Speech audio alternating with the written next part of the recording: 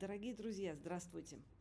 А, Я Екатерина Варади, и сегодня 60-й день, как от меня ушел наш младший сын Иван. И, собственно, именно этому и посвящен канал. Родился он очень быстро. И сегодня я хотела бы начать даже не со своего дня, а с того, что я очень благодарна людям, которые смотрят это видео и которые... Я вообще не ожидала, честно вам сказать, что будет много просмотров. И самое главное, тут дело не в просмотрах, это же не какой-то коммерческий канал, в том, что люди пишут комментарии, и очень много комментариев приходит мне в личку. И вот как раз в личку пишут матери, которые тоже потеряли своих сыновей или дочерей, то есть своих детей. И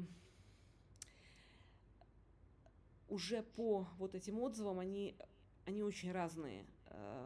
Где-то люди просто говорят, что им было важно посмотреть это видео, и что я делаю важное дело, я помогаю таким образом людям в чем-то. Да, у каждого, наверное, свое, каждый слышит свое, и для каждого, наверное, это для кого-то может не быть ничего нового, для кого-то может быть новыми какими-то вещи, которые мне кажутся совершенно обычными, и наоборот, то есть абсолютно вот эти реакции людей, то, что каждый из нас слышит, это вот сердце нам подсказывает, что нам нужно, да, что нам нужно из этого взять. Кто-то описывает свои чувства. У многих дети ушли уже очень давно, и тем не менее все матери продолжают горевать, каждая продолжает горевать по-разному. И я еще раз убедилась, что вообще в любом деле невозможно глобальные какие-то рекомендации. Вот как, знаете, как вот никто не должен, вот, я не знаю, никто не должен есть яйца, потому что они дают холестерин. Никто не должен пить мало воды, потому что это вредно. Никто не должен пить очень много воды, потому что это тоже вредно. И вот, знаете, это настолько все индивидуально, то есть совершенно потрясающе во всем. Я вообще-то всю жизнь лечусь гомеопатией, а там как раз практикуется вот этот индивидуальный подход. То есть смотрят не в принципе тот факт, что, например, у тебя там кашель или насморк, а смотрят, как ты лично на это реагируешь. Хочется ли тебе спать, есть, румяный ты или бледный, холодные у тебя ноги или горячие, и так далее. И в зависимости от этого подбирается препарат. Вот этот подход, не потому что я здесь проповедую гомеопатию, упаси бог, я просто пример привела в данном случае, вот этот подход, который рассматривает каждого человека как уникума, как абсолютно уникальную личность, у которой совершенно уникальные реакции, вот этот подход мне очень близок. И поэтому, мне кажется, чем отличается в данном случае тема потери, да, ребенка, любого ли близкого человека, тема смерти, она ничем не отличается в плане того, что каждый из нас реагирует на нее по-другому. Кто-то говорит, кто-то молчит, кто-то плачет, кто-то, наоборот, уходит в себя и не может плакать. То есть вот и такие люди писали мне тоже, что вот за все время, как ушел мой ребенок, я ношу эту боль в себе и не могу плакать. А кто-то говорит, что я плачу постоянно. Ну, кто может сказать, вот покажите мне человека, психолога или психиатра или кого угодно, который скажет, как правильно. Каждый из нас в этой ситуации оказывается, к сожалению, когда-то, да, ну, из тех, кто уже оказался, не дай бог, вот честно вам скажу, не дай бог, я молюсь за то, чтобы как можно меньше матерей теряло своих детей. В этом плане, чем меньше слушателей моего канала будет, тем лучше, потому что мне бы очень хотелось, чтобы пришел такой момент, когда никто из матерей своих детей терять не будет. Лучше пусть дети теряют своих матерей, потому что это более естественно. Но когда мы с этим сталкиваемся, мы оказываемся один на один с этим. Нам нужно найти свой путь переживания этой потери. И, конечно, все равно каким-то образом мы можем группироваться, мы можем выслушивать друг друга, мы можем рассказывать друг другу. Потому что, вот смотрите, я когда начала этот канал вести, я поняла, что мне это тоже очень важно. Мне важно ощущение, что я делаю что-то для людей. У меня есть большая радость, что я говорю о Ване и делаю что-то таким образом для него. И также я делаю что-то для себя, потому что я учусь жить с этой потерей, я оформляю свои мысли, я заново задумываюсь о каких-то вещах.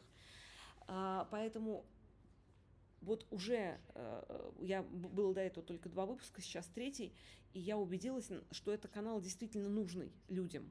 Не факт, что тысячам, не факт, что там огромному количеству людей, не это важно.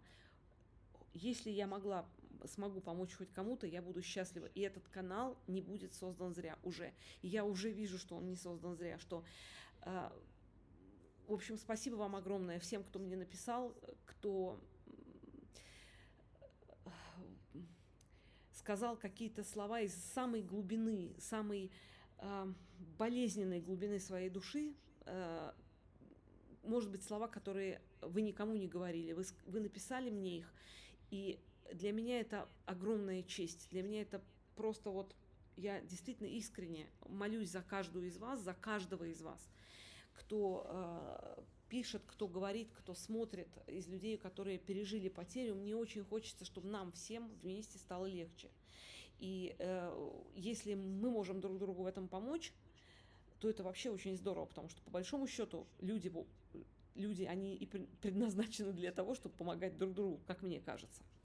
Ну, а теперь перейдем к сегодняшнему дню. У меня, вот если вы даже, наверное, посмотрите выражение моего лица, как я говорю, у меня сегодня более светлый день. Насколько он может быть светлым в этой ситуации, он намного светлее, чем вчерашний, позавчерашний. Сегодня мы с сыном старшим, вот с кем мы приехали во Фрайбург забирать вещи, мы пошли в здешний храм, русский православный храм, где служит замечательный священник отец Михаил Дронов. Служит уже очень давно, живет он в Германии тоже очень давно, и у него 6 детей. И мы познакомились практически сразу, как только приехали во Фрайбург. Ваня сразу, как только мы приехали во Фрайбург, лег в больницу, а я нашла храм и стала в него ходить. Пока Ваня лежал в больнице, оперировался.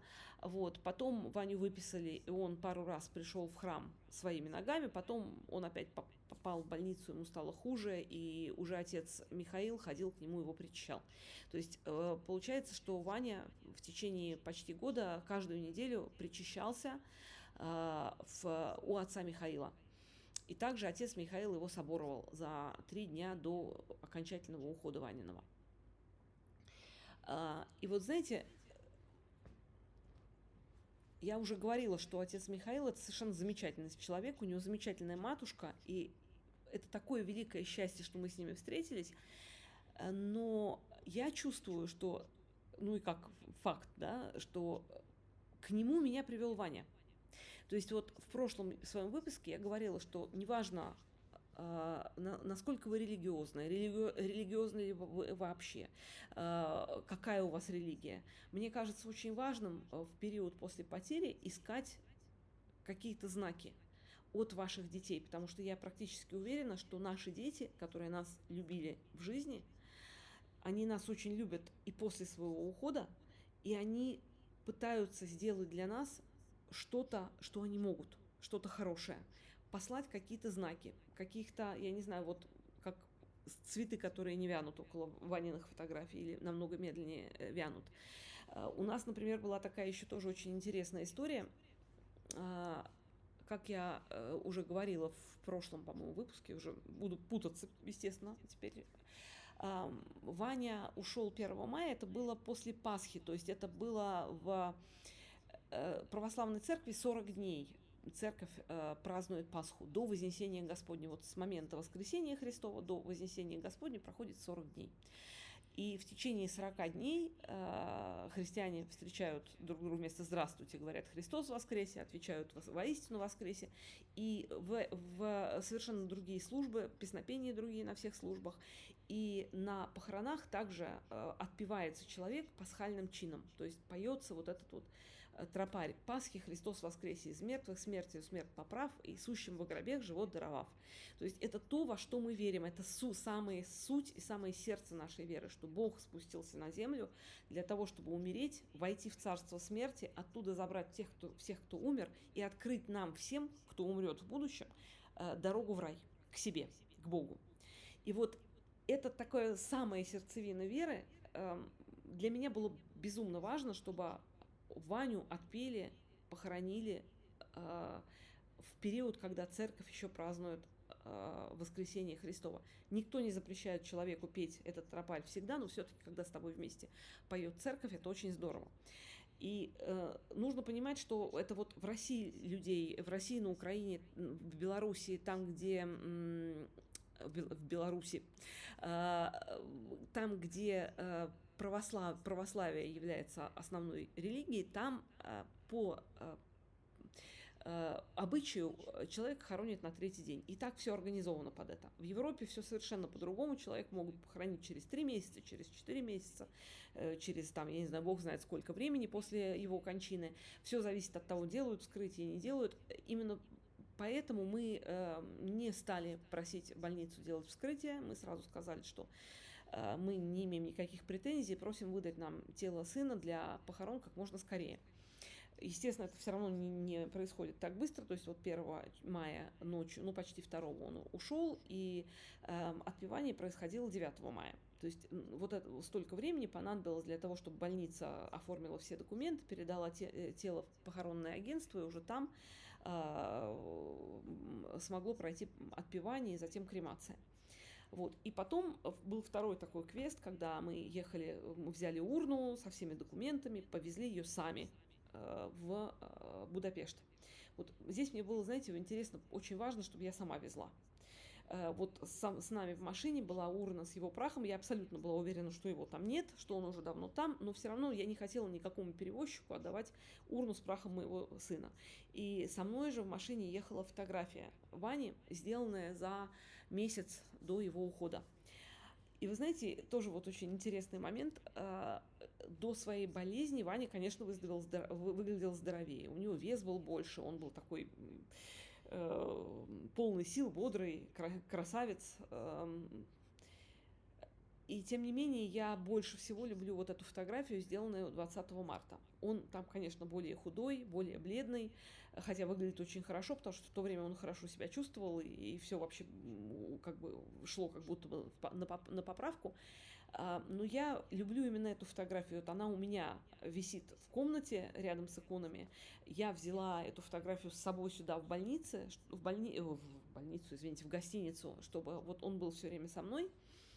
Вы знаете почему? Потому что за год своей болезни Ваня прошел большой путь именно в духовном развитии, душевном развитии. И вот он был на этой фотографии, он такой, каким я его помню за последнее время. Были времена, когда он был более здоровым, более красивым, чисто внешне. Но вот этот внутренний свет, с моей точки зрения, лучше всего проявляется именно в этой фотографии. Вот здесь даже в нашей семье отношение к этому разное. То есть я с первого дня могу спать только с этой фотографией. Вот все время у меня ощущение, что Ваня рядом со мной. Я всегда меняю цветы рядом с ним. Когда молюсь, я зажигаю свечи. И я с ним разговариваю после молитвы. Прошу, чтобы он, если может, за нас помолился. Чтобы он облегчил нам вот наше состояние здесь. У меня, например, мой папа приблизительно так же, вот он сходил на похороны, тут же просил, чтобы мы ему привезли вот такую фотографию в рамке, она формата А3. А вот, например, мама моя и мой муж, они не могут. Они не могут смотреть ни видео с его участием, ни фильмы с его участием. В смысле, ни фотографии, на которых он есть. То есть на эту фотографию мама старается не смотреть, они молятся вместе с папой в комнате у папы. Она старается не смотреть, ей очень тяжело. То есть вот и мужу моему тяжело, например, ходить на кладбище. Он был там только по необходимости, в день похорон, и потом, когда мы скупили скамейку, чтобы вот около того места, где стоит урна, чтобы поставить скамейку, можно было сидеть и предаваться каким-то размышлениям, разговаривать с нашими усопшими, там не только Ваня, там, понятно, много других. Вот, и вот он тогда туда эту скамейку ездил устанавливать, и больше он на кладбище не ездил, ему безумно тяжело, он не может принять этот факт, что вот там его сын. И вот осудить, сказать, вот отец не ходит на кладбище, ай-яй-яй, ну, вообще даже идея сама жуткая, да, то есть мы настолько все разные, настолько по-разному переносим потерю, что вот одному нужна фотография для того, чтобы ему стало легче, а другого эта фотография, наоборот, убивает. Не потому, что он не любил этого человека, а потому что видеть его фотографию и не видеть его физически, это страшно мучительно. Вот. И мы, когда еще были в Венгрии, мы стали вести переговоры по поводу похорон. Мы хотели захоронить Ваню на центральном кладбище Будапешта, ну, приблизительно как Новодевичье кладбище в Москве. Вот, извините, что привожу московские примеры, я просто москвичка, урожденная москвичка, я прожила 21 год в Москве, поэтому мало где была вообще, я еще была в Советском Союзе тогда, вот мало где была, я была в Санкт-Петербурге, да и практически, наверное, ну, когда-то еще во времена школы я была в нескольких других городах, ну, практически всю жизнь я прожила в Москве, поэтому примеры мои тоже из Москвы. Вот, то есть представим себе Новодевичье кладбище. Центральное кладбище, на котором еще в Будапеште находится самое большое захоронение советских воинов. И оно очень красивое, это часть национального наследия Венгрии, это замечательно, то есть это просто красота необыкновенная. Ну, во-первых, в Европе же нет традиции делать ограды вокруг каждой могилы. И оно очень такое просторное, то есть там есть места, где вообще нет захоронений, как будто бы парковая зона, есть замечательные скульптуры, колоннады, какие-то прогулочные аллеи, там похоронены все известные люди, не только политики, но и поэты, писатели, государственные деятели, то есть все известные люди Венгрии похоронены там. И мы, из-за того, что мы на День Победы часто ходили на это кладбище, мы его знаем очень хорошо. И вот эту вот атмосферу мира и покоя мы все это очень прочувствовали. Плюс там недавно построена была православная часовня. И еще был такой момент. Вот мы всегда хотели почему-то вот, чтобы наша семья была похоронена там. Такое неслабое желание, да, и мы никогда этим всерьез не занимались, но думали, авось как-нибудь решится. Но вот Ваня у нас явился первопроходцем, то есть вот из нашей семьи он прошел победоносно и приземлился вот на этом кладбище, открыв нам дорогу. Как это произошло? Как только Ваня ушел от нас, естественно, мы стали думать о том, где его мы будем хоронить. Либо по месту жительства, ну, что, естественно, там в 12-м районе Будапешта. Но нам вот хотелось сюда. Мой муж позвонил в Центральное похоронное бюро Венгрии. Все кладбища относятся к их ведомству, кроме вот того самого кладбища, куда мы хотели быть захоронены. Нам сказали, нет, вам надо обращаться в другое место. В этом другом месте нам сказали, что там не хоронят. После чего наши друзья выяснили, что все-таки хоронят на одном единственном участке только урны, уже могилы, даже в колумбарии. То есть уже в землю нельзя, нет мест, есть несколько мест еще в колумбарии осталось, но можно. И можно купить такую нишу, в которой вмещается 6 урн. Ну, мы посчитали, значит, Ваня, мы с мужем, бабушка с дедушкой уже 5, Саша 6. Но, и вероятнее всего, Саша все-таки захочет быть захороненным со своей семьей. То есть мы как бы думаем, что вот наша семья, по крайней мере, вот уже обеспечила себя возможностью быть захороненным вот там. Но вся проблема была с чем, что нам с нашим знакомым сразу сказали, вот показали это место. Место понравилось, красивые березы стоят, умиротворение, покой, красота. Но сказали, нет, до Вознесения никак, вот до 21 мая никак, самая ближайшая дата 1 июня, и вообще, собственно, по пятницам хоронят только, а Вознесение четверг. То есть, понятное дело, что до этого мы просто не успевали, потому что нам пока кремировали, пока выдали урну, пока все документы должны были быть оформлены, то есть это вот в Венгрии не происходит за 2 дня. И мы такие, ну, думаем, ладно, мы привезли урну, и тут же на следующий день 9 его отпели, 10, 11 мы ночью приехали, и 12 мы поехали вот в это похоронное агентство с урной с прахом договариваться о похоронах. Уже морально готовые к тому, что нужно будет биться вообще умолять, ползать на коленях, чтобы нам дали время до Вознесения. И мы приходим, и первое, что нам предлагают, это среда, 20 число, день накануне Вознесения, то есть последний день, когда хоронят пасхальным циклом. Вот знаете, у меня уже с языком не очень, с пасхальным чином. То есть получается, что мало того, что Ваня ушел 1 мая, был отпет 9 мая, даты для любого русского человека вообще как бы все важные, и плюс еще в нашей семье тоже важные, он еще умудрился нам обеспечить возможность похоронить себя вот на этом самом кладбище до Вознесения. И мы еще в тот момент даже не до конца не сообразили. Потом наши вот знакомые, которые нам искали места эти фотографии, говорят: слушайте, как у вас это удалось? Ведь сказали же, там не хоронят, там хоронят только по пятницам. И у них уже там до 1 ничего не было. Я сказала, вообще понятия не имею. Вот так вот получилось. Вот. И вы знаете, вот было ощущение такое, мы когда пришли туда, вот с этой урной, заключили договор, вот было ощущение, как будто ветра попутного, вот ощущение легкости, как будто мы идем по правильному пути. То есть вот не было ощущения тяжести. При этом, конечно, потеря, при этом, конечно, вот мы приехали в дом, где вот Ваня совсем недавно, мы на Пасху были в Будапеште, вот совсем недавно он был там живой, а сейчас его там уже не было. Но, тем не менее, вот это ощущение его присутствия там, его помощи, оно было постоянно. И потом вот это ощущение его присутствия было, например, в деревне, где родился мой муж.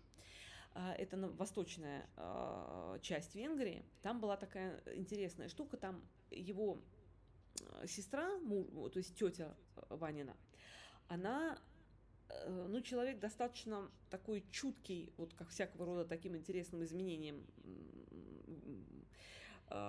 каким-то знаком, да. Там вот несколько раз для нее, вот несколько раз, когда она думала о Ване, была радуга, например. Ну, вот это вещи, которые видела только она. Там. И вдруг происходит то, что видно всем, и фотографии чего есть у нас теперь. У них дома, то есть мой свекор уже умер, а свекровь с дочкой, то есть вот с этой вот тетей Ваниной, живут вместе. И несколько лет назад им подарили храм, макет храма католического. Этот макет, значит, с освещением, то есть там есть такая кнопка выкл, и она на батарейках. Они поставили это на шкаф на кухне, и вот он там так и стоял, пылился уже 4 года. Они его не зажигали. Ну, видимо, когда-то попробовали и оставили. То есть он стоял в погасшем виде в течение всего времени. И тут проходит после похорон Вани. Они разговаривают, сидят, вспоминают Ваню, там, видимо, плачут, разговаривают. И вдруг, когда они вспоминают Ваню, эта церковь загорается. Ну, так сказать, немая сцена. Они не поняли, в чем дело, они туда вообще не подходили. Вот. И они потом подошли, и выяснилось, что эта церковь загорелась при положении выключателя выключенном. То есть выкл. Не было включено ничего. За 4 года нормальные батарейки разряжаются. То есть в нормальной ситуации этого не могло произойти. Они даже побоялись подходить. В общем, несколько дней после этого этот храм стоял и горел. И венгерская бабушка наша вообще посчитала, что это очень страшно, потому что ей показалось, что ее Ваня зовет к себе. Она еще не готова уходить туда. То есть вот как-то мы даже стараемся при ней особо вот не обсуждать этот случай, но тем не менее вот для каждого, вот видите, даже вот эта вот история с горящим храмом, она по-разному совершенно отзывается в наших душах. Вот у меня, например, было ощущение, что Ваня подал знак. Но я еще поймала себя на следующем. Вот там несколько ситуаций таких было. Вот Ева, это тетя Ванина, были такие моменты, когда она, например, убиралась, там протирала пыль на столе, стряхнула все, убрала скатерть, все протерла, потом положила скатерть на место, и через некоторое время поворачивается, ровно посередине стола лежит перо вот убейте, не помню какой птицы, ну, предположим, дятла. Вот. И выясняется, что последний раз, когда они разговаривали с Ваней по телефону, они как раз разговаривали о дятлах, потому что собака их пыталась поймать дятла, который стучал. И, в общем, они очень подробно обсуждали эту тему. Откуда взялось перо дятла на абсолютно убранном столе, непонятно. То есть, опять же, вот такая интересная история. И вот здесь пришло для меня совершенно удивившее меня чувство. Вы знаете, что я почувствовала? Я почувствовала обиду на Ваньку. Я думаю, ну вот как это так? Вот я плачу, мне так его не хватает, я каждый день за него молюсь. И он никакого знака мне не дает. Вот никакого знака мне не дает. А вот в деревне он был там всего несколько раз, ну не то, что несколько раз за год он ездил туда, но он там не жил никогда. А вот туда он уже не один раз дает такие знаки. Вы знаете, какая-то такая дурацкая обида была, прям достаточно долго. Я говорила, думала, вот с Ваней говорила, Вань, ну ты же знаешь, как мне тебя не хватает. Ну как-нибудь покажи мне, что ты меня вообще слышишь, ты меня помнишь, что ты на меня не сердишься ни за что. Вот было такое дурацкое ощущение, что он на меня обижается или сердится. Хотя, зная Ваньку, это вообще не человек, который... Он никогда ни на кого не обижался и не сердился долго. Он мог рассердиться в моменте. Он тогда это обязательно там говорил, но обязательно мы мирились всегда. И никогда вот такого, чтобы мама, там, я на тебя сержусь за что-то, вот такого не было. И вот потом я занималась с психологом, и вы представляете себе, психолог меня спрашивает, а вот вы, наверное, же и обиду на Ваню чувствуете. И тут я признаюсь, что да, чувствую. Оказывается, это не одна я. Бывают такие ситуации, когда совершенно человека охватывают ненормальные чувства. Ну как можно обижаться на сына, который умер, ну скажем, не по своей воле, да? Ну невозможно же. И тем не менее, вот это чувство обиды есть. И только потом до меня дошло, что вот, например, те цветы, которые не вянут около его фотографии, это, в общем-то, тоже знак. И то, что нам вот похороны удалось так организовать, это тоже знак. И то, что для своих друзей он... Все ко мне подходили и говорили, вот знаете, тетя Катя, они меня тетя Катя называют, мои ученики, взрослые уже разных, ровесники Ванькины, старшие, младшие, они говорят, вот у нас умирали там бабушки, дедушки, и мы понимали, что они умерли. А Ваня, вот он живой, он наш друг, он остается нашим другом, он продолжает оставаться живым. И все люди вокруг мне говорили, что вот мы его чувствуем живым, и я его чувствую живым. Отец Михаил написал мне, что я все время чувствую, что Ваня рядом со мной. Вот нет ощущения, что Ваня ушел, что Ваня умер. Вот, кстати, именно поэтому я назвала вот этот выпуск «Смерть, где твое жало?». Это отрывок из пасхального послания святителя Иоанна Златоуста, который говорит о том, что смерть при встрече с Христом, она теряет свою силу. Поэтому христианин, который идет за своим Богом, он не умирает, он проходит вот этот вот барьер смерти, и смерть не может его ухватить, потому что он для смерти добыча, которую она удержать не может. Вот. И еще была, кстати, тоже очень интересная, ну, пару раз у нас дома тоже были интересные моменты, когда, например, вот мы с мужем сидим на кухне, тоже разговариваем про Ваньку, и с нами же Джек, собака наша, вот, и вдруг начинает работать телевизор в гостиной. Я на это реагирую совершенно спокойно, потому что муж у меня телевизор по вечерам все время смотрит. Я телевизор не смотрю никогда, но я привыкла, что вот фоном он идет по вечерам. И я, естественно, никоим образом не реагирую. Ну, говорит, там телевизор включил. Я даже не поняла, что он включился, просто услышала. Думаю, ну, до этого было что-то тихо, кто-то говорил в фильме. А потом вот они закричали, там стали шуметь. И тут вдруг муж так поворачивает голову, говорит, слушай, а что это там за звуки такие? Я говорю, так телевизор работает. Он говорит, да я не включал телевизор. Я говорю, ну как может быть, что не включал, когда телевизор работает? Он говорит, да я не включал телевизор. И достает пульт, который лежал, оказывается, он взял с собой пульт от телевизора, и пульт лежал на противоположном конце стола, а мы последние там 10 минут уже сидим вместе, и он туда не лазил никак. То есть телевизор включился сам во время разговора с Ваней. Понятно, что можно как угодно это оценивать, но такая интересная история была, да. Вот мы до сих пор не понимаем, почему произошло такое. Я тоже расцениваю, мое право расценивать это как знак от своего сына. Была также история, когда Саша после того, как простился с Ваней, въехал в Будапешт, въехал на ту улицу, где наша галерея, и радуга. Он мне тут же послал эту фотографию. И еще огромная радуга была во время отпевания Вани 9 мая. И вот тут очень интересно, потому что в Венгрии 9 мая было днем инаугурации нового правительства, которое у нас выиграла новая партия венгерская. И, соответственно, они эту радугу толкуют, естественно, в свою пользу, что типа вот радуга, потому что они пришли к власти. А я, например, вот эту радугу толкую в свою сторону. То есть, ну, сколько людей, столько и мнений, понятное дело. Вот. Но еще была одна тоже очень интересная история, что Ванина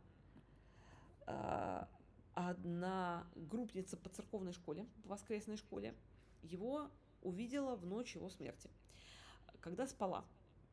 Причем она, знаете, вот убейте, мне кажется, я не рассказывала еще. Но даже если рассказывала, то пропустите следующие 3 минуты. Это девочка, которая была младше его, вернее, младше его на 3 года. Она только что закончила школу. И по ее словам и словам ее мамы, она спит как убитая всегда. То есть вот она ложится и утром встает. То есть нет никаких ночных пробуждений, никаких снов она не видит. Счастливый человек. И вдруг в ночь, когда уходит Ваня, ей он снится. Я еще специально ее поинтересовалась, в чем он был одет. Она говорит, точно в джинсах. В какой футболке, я не помню. Мне было интересно, в какой он был футболке, в той или в какой умер или нет. Футболку она не вспомнила. Она говорит, ну он был в джинсах, он был на своих ногах, он пришел мы с ним встретились, он меня стал спрашивать про наших общих знакомых, спросил меня, куда я собираюсь поступать, и она вот в этом году закончила школу. Причем эта девочка была не то, чтобы не очень часто ходила в воскресную школу, она не была из их компании. Они были в хороших отношениях, но не было никаких вот таких связей друг с другом у них. Вот, и он ее много раз спрашивал о друзьях и знакомых, куда кто идет, что, как, у кого дела. Вот, после чего он говорит, слушай, мне пора идти. Она говорит, а я все время думаю, что что-то я хочу у него спросить. Вот что-то у меня вертится в голове, никак я не вспоминаю. И вдруг, говорит, я вспомнила, он же болеет. Мне надо узнать, как у него дела. Я ее спрашиваю, Вань, как у тебя дела? А Ваня отвечает, у меня все хорошо, у меня уже ничего не болит. Но мне надо идти. И вот он отворачивается от нее и спешит, уходит. Говорит, поле полное желтых цветов и закат. И он уходит в солнце. И она просыпается, смотрит на часы, прошло час, как Ваня ушел. И я в это время как раз послала смс-ку своим друзьям в чат нашего класса и в чат церковной школы. Вот, и она говорит, когда я проснулась, я сразу поняла, что это не просто так сон. И мама ей потом сказала, слушай, обязательно запомни этот сон вот прям подробно, чтобы потом ты тете Кате все рассказала, когда она приедет. И для меня, вы знаете, это было настолько... Это было подтверждением того, что я все это время чувствую. И вот это очень интересно, то, что человек как будто немножко у него сознание делится на 2 половины. То есть одна половина плачет, другая радуется, потому что мы здесь его на земле не видим, нам его ужасно не хватает, а другая половина чувствует, что там ему хорошо. Вот он сказал, у него уже там ничего не болит.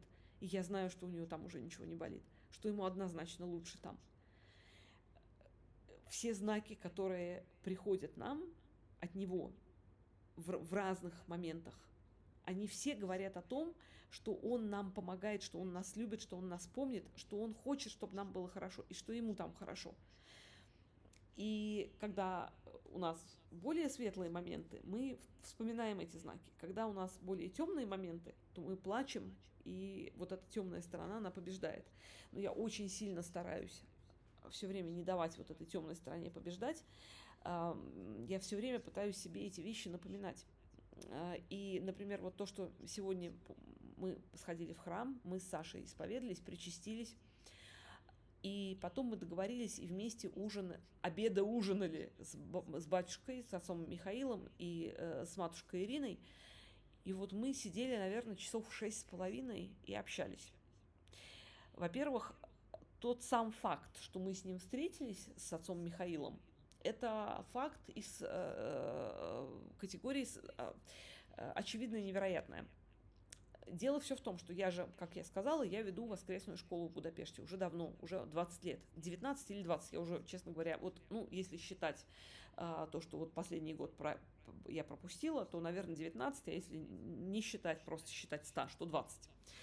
Вот, и я о протоиерее Михаиле Дронове рассказывала своим детям много лет назад, потому что он был тем человеком, который открывал после советского времени, открывал храм Большого Вознесения, тот храм, где венчались Пушкин и Гончарова. Он был до этого музеем, потом его вернули церкви, церковь его восстановила частично на помощь государству, частично на пожертвования, и теперь там находится храм Большого Вознесения, тот самый, который рядом с Никитскими воротами. И протоиерей Михаил Дронов ему разрешили открыть первую в Москве воскресную школу для детей.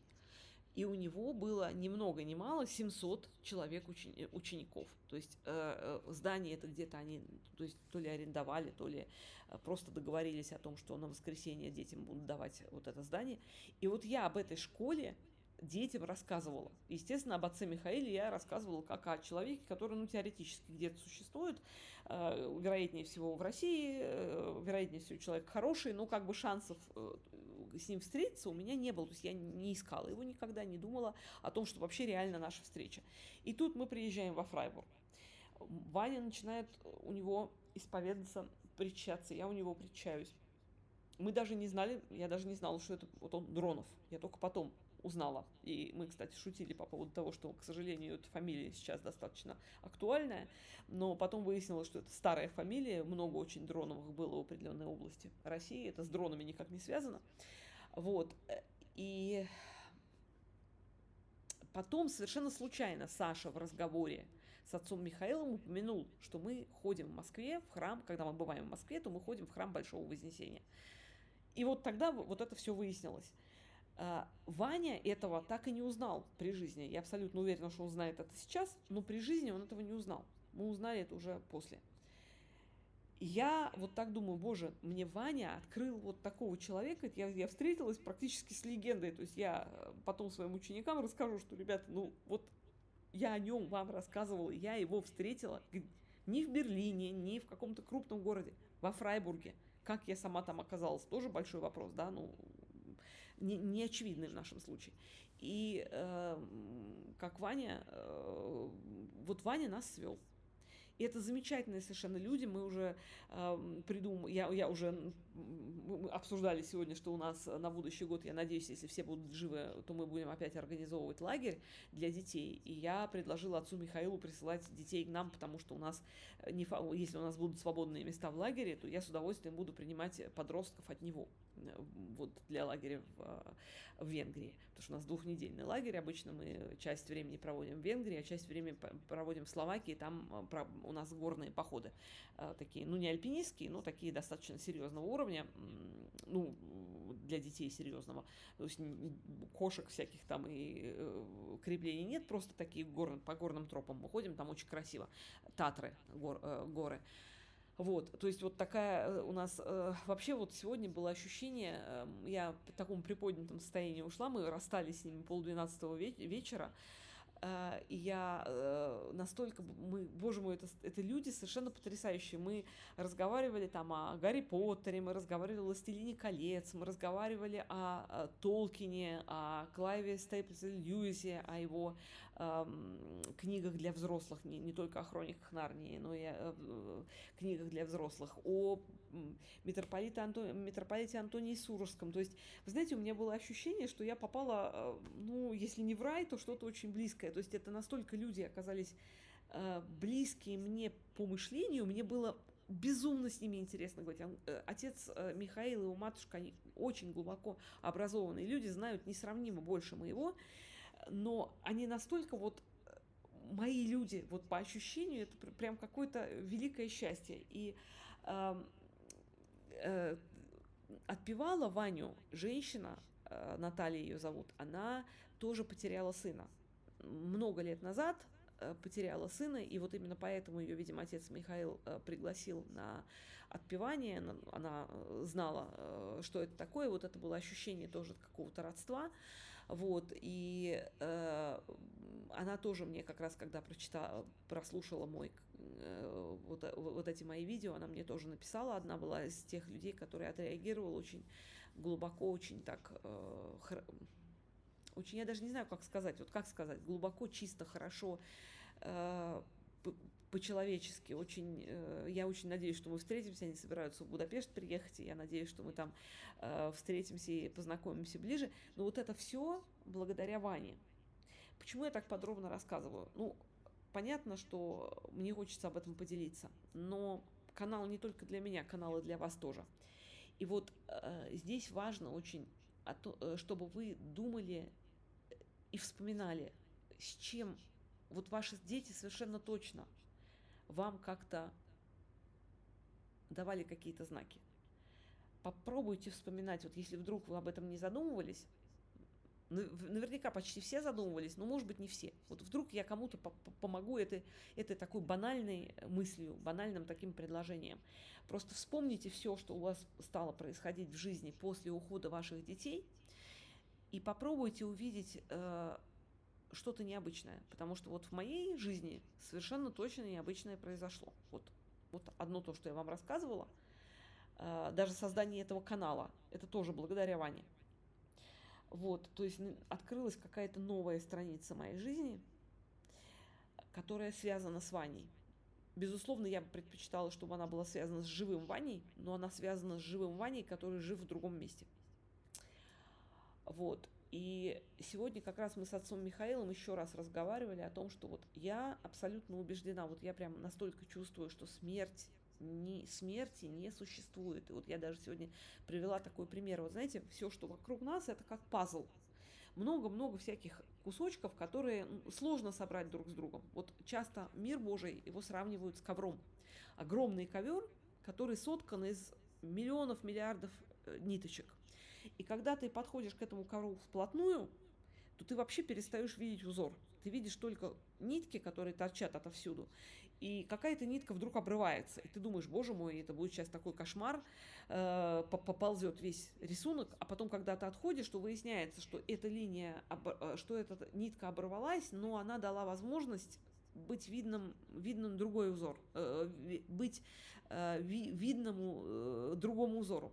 То есть она помогла другому узору таким образом выйти на свет Божий. И вот чем дальше ты отходишь, тем больше понимаешь, насколько красив этот ковер, вот так, какой он есть. И какие-то нитки появляются, какие-то нитки пропадают. Мы с вами, как вот эти ниточки, мы вплотную смотрим. А Господь Бог, для неверующих судьба, она видит издалека. И вот эта картина, она всегда совершенная. Нам кажется, что когда мы теряем близких, что мы их теряем окончательно, они просто переходят в другой мир, там, где они нас ждут. Пусть неверующие люди скажут, что я таким образом себя сама успокаиваю.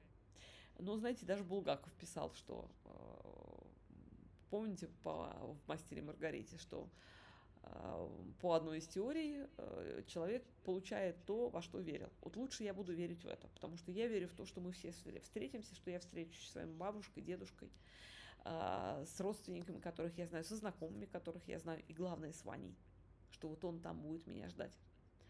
Вот, и мне очень, прям очень хочется, чтобы это было так. Я молюсь об этом каждый день. И каждый день я молю Ваню о том, чтобы он помог нам, чтобы он, если может помолиться Богу там, чтобы он молился о нас, чтобы мы встретились с ним. Потому что ведь тоже важно, чтобы мы встретились, потому что нам-то еще много жить, и мы можем принимать какие-то неправильные решения, а вдруг мы уровнем ошибемся, на нижний этаж попадем. Вот мне хочется с Ваней встретиться на том же этаже, где он был. А это значит, что у меня планка высокая. Мне надо очень стараться, чтобы не пролететь с этим делом. Вот. И тут еще, знаете, у меня вот такой вопрос. Мне интересно, вот может быть мне кто-то напишет, как вы этот вопрос решаете. Вот мне некоторые писали, что для нас тема ребенка, она в молчании, мы не можем об этом говорить. Мы вот с мужем просто не говорим о нем. А для кого-то кто-то, наоборот, говорит, что об этом постоянно разговаривает. Вот для меня, например, мне психолог сказал, вы обязательно разрешите себе плакать. Разрешите себе плакать, выть, разрешите себе выговариваться. Можете выговариваться кому-то. А я до сих пор так и не понимаю, каким образом это сделать, если у каждого из нас пик находится в разное время. Вот у нас несколько человек, мама, папа, муж, я, Саша. И у всех пик горя находится в разное время. И вот если мы друг с другом постоянно будем выговариваться, то мы будем постоянно горевать. То есть вот я для себя вывела алгоритм, что мне лучше разрешать себе плакать и горевать в одиночестве. Вот. Я не знаю, каким образом иначе это еще можно решить. Кстати, задам вопрос психологу, и если получу ответ, то я вам расскажу обязательно. Вот. И, наверное, это будет вот завершением, да, что попробуйте, ну, мое пожелание, чтобы мне очень хочется, чтобы вам всем стало легче. Неважно, когда вы потеряли ребенка, я понимаю, что когда эта потеря свежая, вот даже само пожелание, чтобы стало легче, оно выглядит немножко как издевательство. Вот, но мне действительно очень хочется, чтобы хоть немножко всем стало легче. И попробуйте искать вот эти знаки. Мне кажется, ничего страшного, если вы даже какой-то знак притянете за уши. Потому что вот, например, радуга, она понятно, что Господь Бог же, Он умный. Он не обязательно должен давать знак только одному человеку. Он решает много вопросов одновременно. Вот. И вполне может быть, что эта радуга для многих людей является знаком чего-то важного. Вот. Подумайте о том, какие люди появились в вашей жизни после ухода ваших детей, какие мысли родились в вашей голове. Может быть, вы пошли по какому-то новому пути в специальности, в профессии. То есть я безусловно верю, что наши дети там к нам не безразличны, что они нас там очень сильно любят, что они видят нас, что они за нами следят. Потому что вообще-то весь мир, он про любовь. Вот если вы так, опять же, внимательно посмотрите и подумаете, когда вам лучше всего, то вы поймете, что лучше всего вам, когда любовь вокруг, когда вы в мире со всеми. И завтра я хочу тоже начать, сейчас я уже, наверное, буду заканчивать, потому что, во-первых, и так длинно получилось, во-вторых, сегодня у нас последняя ночь во Фрайбурге. Мы завтра утром, ну не утром, я сова, поэтому я, скажем так, после полудня, когда я проснусь, мы выезжаем в Будапешт, наша дорога занимает где-то около 12 часов на машине, поэтому не факт, что я вообще завтра буду выпускать видео, но ближайшее свое видео я хочу начать с того, как Ваня примирил противников, которые были в ссоре последние 25 лет. Надеюсь, не забуду, потому что с мозгами у меня все-таки мне не 18, поэтому уже не очень. Вот, могу забыть. И вот это, наверное, все. То есть как бы лейтмотив. Знаете, подводим итоги. Вот всегда говорят, важно подводить итоги для того, чтобы запомнить, о чем мы с вами говорили. Лейтмотив всего, о чем я говорила, смерти нет. Смерть, где твое жало? Смерть, ты над нами не властна. Мы будем жить вечно. Наши дети нас видят, наши дети нам помогают оттуда.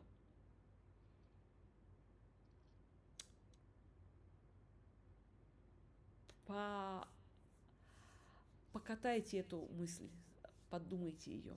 Так, знаете, как вот на языке что-то очень вкусное катают, вот подумайте об этом. Наверняка вы уже об этом думали. Давайте сейчас подумаем вместе, что это так, что все наши ушедшие близкие там нас любят, о нас заботятся, делают все возможное, чтобы нам с вами было хорошо. Первый лейтмотив, да, и второй лейтмотив – это давайте искать следы. Давайте искать следы присутствия наших ушедших в наших земных жизнях. Мне будет очень интересно, если вот вы что-то найдете, то Хотите, пишите в комментариях, хотите, пишите в личку. Кому как удобнее. Хотите, звоните. Мой телефон, кстати, есть в галерее. У меня галерея goldenduckgallery.com. Но вы увидите это в моем Facebook профиле. Вот там есть телефоны везде. Вот вы можете совершенно спокойно позвонить, написать в Viber, в WhatsApp, в Telegram, любым способом. Потому что мне ужасно интересно. Я потом расскажу, мне пришли очень интересные комментарии с разного рода советами, ссылками. Я хочу это дело изучить и потом вам тоже рассказать, потому что я уверена, что вот этот канал, он для этого тоже. То есть не только, чтобы я вещала, но чтобы я делилась также тем, чем со мной делятся другие люди. Вот, я вам желаю самого-самого хорошего. Я посылаю вам тепло, свет и любовь. Просто за то, что вы есть. И желаю вам как можно меньше плакать от горя и как можно больше вспоминать о счастье. Спокойной вам ночи, друзья. Для кого-то, может, уже утро. Для меня сейчас начнется ночь. Спокойной вам ночи. Я вас всех обнимаю. У меня, конечно, я достаточно такая корпулентная женщина, но все-таки не настолько, чтобы обнять физически вас всех. Но давайте себе представим, что мы с вами обнимаемся на расстоянии. Всего вам доброго, мои хорошие. Спасибо большое за внимание.